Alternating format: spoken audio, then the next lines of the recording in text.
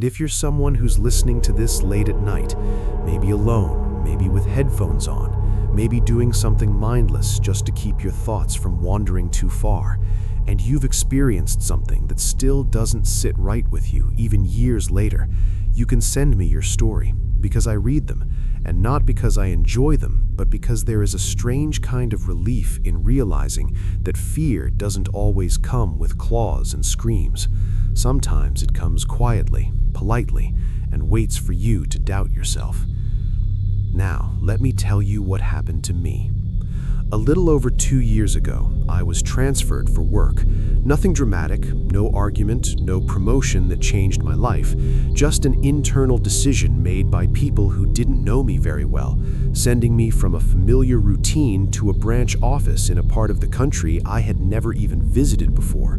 A quiet area in eastern Kentucky, not one of the places people joke about online, just a stretch of land with old highways, faded signs, and towns that feel like they were built to be passed through rather than lived in. I remember driving in for the first time and feeling that odd sense of being somewhere slightly forgotten, like the world had moved forward, but this place had decided to stay exactly where it was.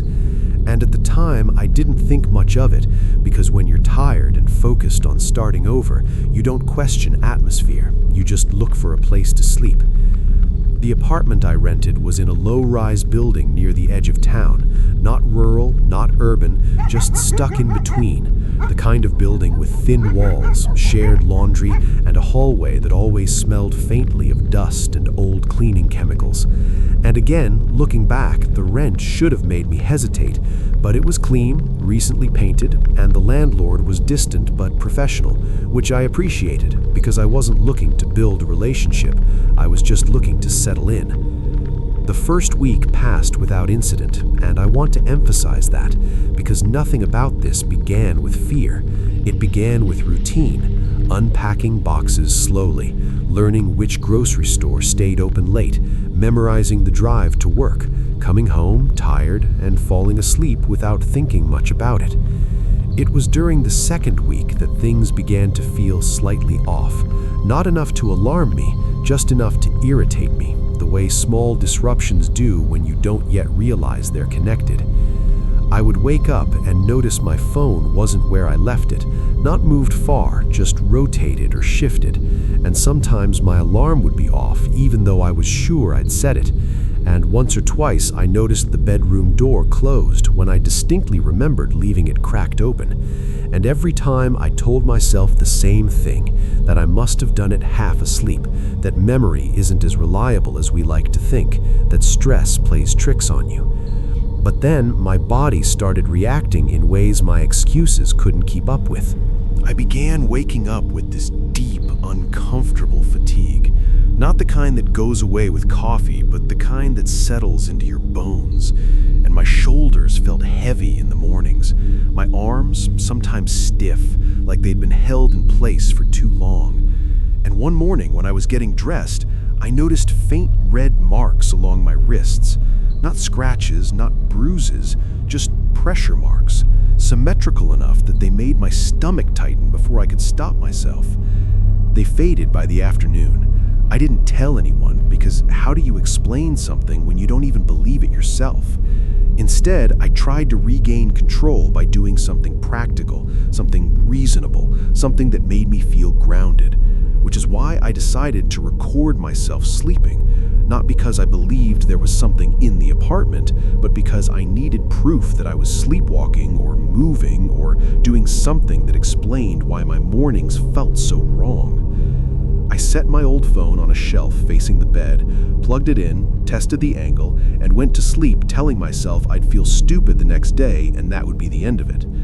The first night showed nothing unusual, just me sleeping, shifting occasionally, breathing steadily. And I remember feeling relieved, even a little embarrassed, like I'd caught myself in a moment of unnecessary paranoia. The second night was the same.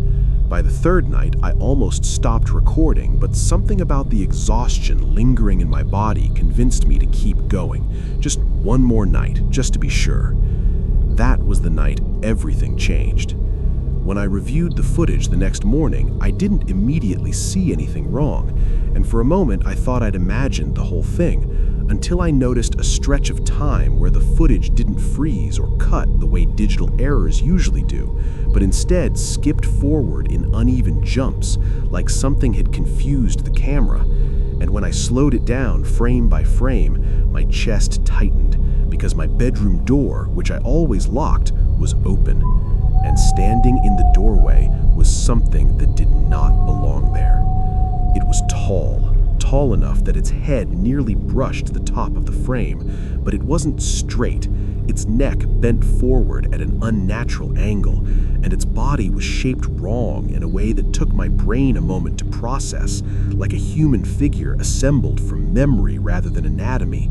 Long arms hanging unevenly, shoulders misaligned, legs that bent inward slightly, as if it had learned how to stand by watching from a distance.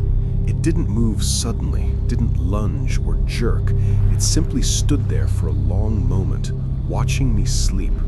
And the stillness of it was worse than any aggression could have been, because it felt patient, deliberate, aware. When it finally moved, it did so slowly, carefully, each step measured, as if it understood the space and knew exactly how much sound it could make without waking me. And when it reached the side of my bed and leaned over me, I felt sick, watching my own body respond without my awareness, my breathing changing, my head turning slightly, my arms lifting just enough to allow access.